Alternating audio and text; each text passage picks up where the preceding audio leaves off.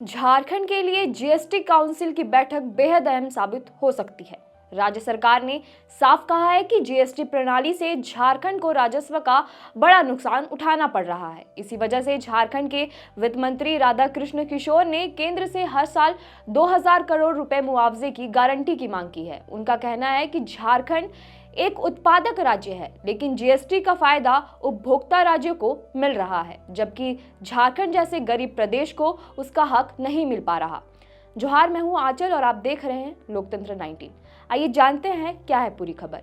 दिल्ली में केंद्रीय वित्त मंत्री निर्मला सीतारमण की अध्यक्षता में जीएसटी काउंसिल की बैठक शुरू हुई, जिसमें देश भर से वित्त मंत्री शामिल हुए। इस बैठक में झारखंड के वित्त मंत्री राधाकृष्ण किशोर और रामेश्वर उरांव ने राज्य का पक्ष मजबूती से रखा। राज्य सरकार ने कहा कि जीएसटी प्रणाली से झारखंड के आंतरिक राजस्व संग्रहण पर प्रतिकूल असर पड़ रहा है, क्योंकि झारखंड एक उत्पादक मैन्युफैक्चरिंग राज्य है। यहाँ से निकलने वाला कोयला और स्टील उत्पादन का करीब 75 से 80% हिस्सा दूसरे राज्य में खप जाता है। ऐसे में जीएसटी का लाभ उपभोक्ता राज्यों को मिल रहा है, जबकि उत्पादन करने के बावजूद झारखंड को सही हिस्सा नहीं मिल पा रहा।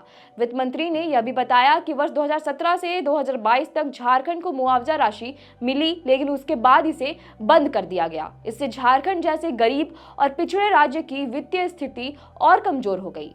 बैठक में झारखंड सरकार ने केंद्र से गारंटी शुदा मुआवजे की मांग रखते हुए साफ कहा है कि राज्य को हर साल कम से कम 2000 करोड़ रुपए दिए जाएं। वित्त मंत्री राधाकृष्ण किशोर ने यह कहा कि 5 साल तक मुआवजा देने के बाद अचानक इसे बंद करना झारखंड की अर्थव्यवस्था पर गहरा असर डाल रहा है। झारखंड अभी भी आर्थिक रूप से आत्मनिर्भर नहीं हुआ है। यहाँ मानव संसाधन का अभाव है, स्वास्थ्य के क्षेत्र में बहुत काम करना बाकी है और ग्रामीण अर्थव्यवस्था बेहद कमजोर है। उन्होंने बताया कि झारखंड के प्रति व्यक्ति आय केवल 1,05,000 रुपए सालाना है और लोगों की क्रय शक्ति कमजोर होने से राज्य उपभोक्ता श्रेणी में नहीं आता। यही कारण है कि राज्य को जीएसटी से लाभ नहीं हो रहा। वित्त मंत्री ने केंद्र से अपील की कि जब तक झारखंड की स्थिति मजबूत ना हो, तब तक हर साल 2000 करोड़ रुपए का मुआवजा सुनिश्चित किया जाए।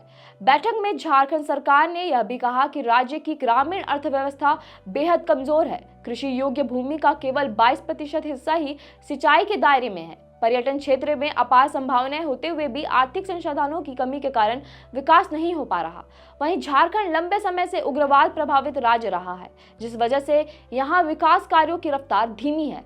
राज्य ने केंद्र से मांग की है लग्जरी वस्तुओं पर अतिरिक्त शुल्क लगाए जाए और एक मजबूत राजस्व संरक्षण ढांचा बनाया जाए, ताकि उत्पादक राज्यों को राजकोषीय स्वायत्तता बनी रहे। साथ ही कोयला उत्पादक राज्यों के लिए विशेष रियायत की मांग भी उठाई गई। रामेश्वर उरांव ने कहा कि कोयला उत्पादन से झारखंड को पर्याप्त हिस्सा नहीं मिल रहा, इसलिए जीएसटी क्षतिपूर्ति में अलग से प्रावधान होना चाहिए। यह भी कहा गया कि राज्यों के साथ सहयोगी संवाद और संतुलित दृष्टिकोण से ही जीएसटी सुधार के उद्देश्यों को आगे बढ़ा सकता है। बैठक का एक और अहम मुद्दा जीएसटी स्लैब में बदलाव का है। केंद्र सरकार 12% और 28% के टैक्स स्लैब खत्म करने, टैक्स स्ट्रक्चर को सरल बनाने पर विचार कर रही है।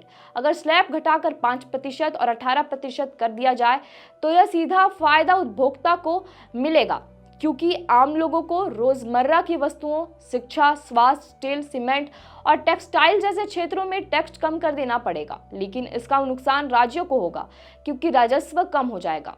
यही वजह है कि झारखंड समेत कई राज्यों ने केंद्र से क्षतिपूर्ति अवधि बढ़ाने और अतिरिक्त अनुदान देने की मांग की है। कुछ दिन पहले गैर भाजपा शासित राज्यों ने मिलकर कर्नाटक भवन में बैठक कर रणनीति बनाई थी कि जीएसटी में किसी भी बदलाव से अगर घाटा होगा तो उसकी पूरी भरपाई केंद्र को करनी होगी। अब सवाल यह है कि क्या केंद्र सरकार राज्यों को वित्तीय राहत देगी या केवल टैक्स स्लैब में कटौती कर उपभोक्ताओं का सीमित रहेगी।